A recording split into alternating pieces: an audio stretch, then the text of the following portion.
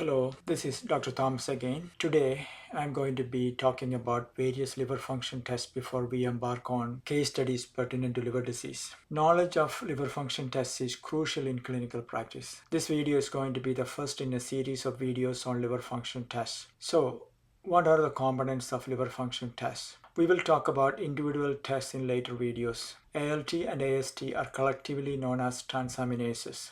Increases in transaminases suggest hepatocellular injury. Increases in alkaline phosphatase mainly suggest cholestasis, biliary obstruction, and bone diseases. Minor elevations could be seen in other conditions as well. Elevations in gamma glutamyl transferase suggest cholestasis and also in alcohol use disorder. Bilirubin, both direct and indirect bilirubin represents excretory function of liver. Albumin, produced exclusively by the liver, represents synthetic function of liver. Prothrombin time and INR also represents synthetic function of the liver. Keep in mind, prothrombin time is a coagulation test. Let's now talk about alanine aminotransferase.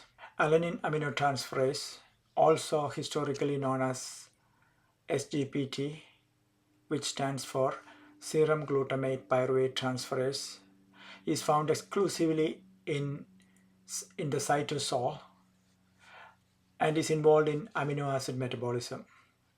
ALT is most active in hepatocytes, making it a sensitive marker of liver cell injury. What are the primary sources of ALT? Highest concentrations of ALT is seen in the liver, which is the main source. Significant elevations in ALT almost always imply hepatocellular injury. Skeletal muscle contains some amount of ALT, but it is a minor source. But injury, example rhabdomyolysis to the skeletal muscle, may mildly elevate ALT. Kidney, heart, and pancreas also contain trace amounts of ALT, not typically clinically significant for ALT elevation. The following are the key points. ALT is more liver specific than AST, which is also found in heart, skeletal muscle, and other tissues. AST may start to drop before ALT, as ALT has a longer half-life, approximately 47 hours, whereas AST's half-life is approximately 17 hours, even though injury persists. With the resolution of injury or inflammation, enzyme levels decrease, but not always synchronously. ALT may still be elevated when AST has normalized, as ALT has a much longer half-life than AST.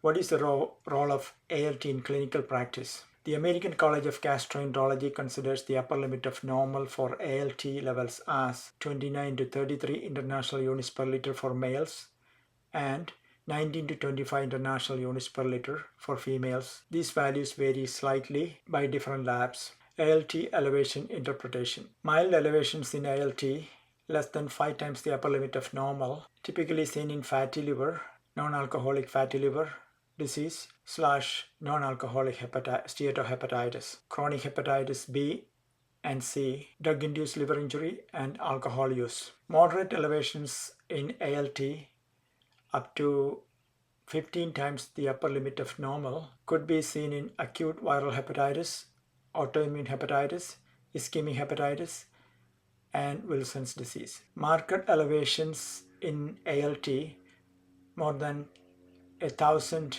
typically seen in acute viral hepatitis, especially hepatitis A and B, acetaminophen toxicity, ischemic hepatitis, and severe autoimmune hepatitis. ALT tends to be higher than AST in non-alcoholic liver disease, while AST is more than ALT in alcohol-related liver disease. Usually, the ratio of AST to ALT is approximately 2 to 1 or more. ALT versus AST, key differences. The main location of ALT is the liver cytosol. Half-life of ALT is approximately 47 hours, more specific for liver injury. AST is found in liver cytosol and mitochondria, also heart, skeletal muscles, and RBCs.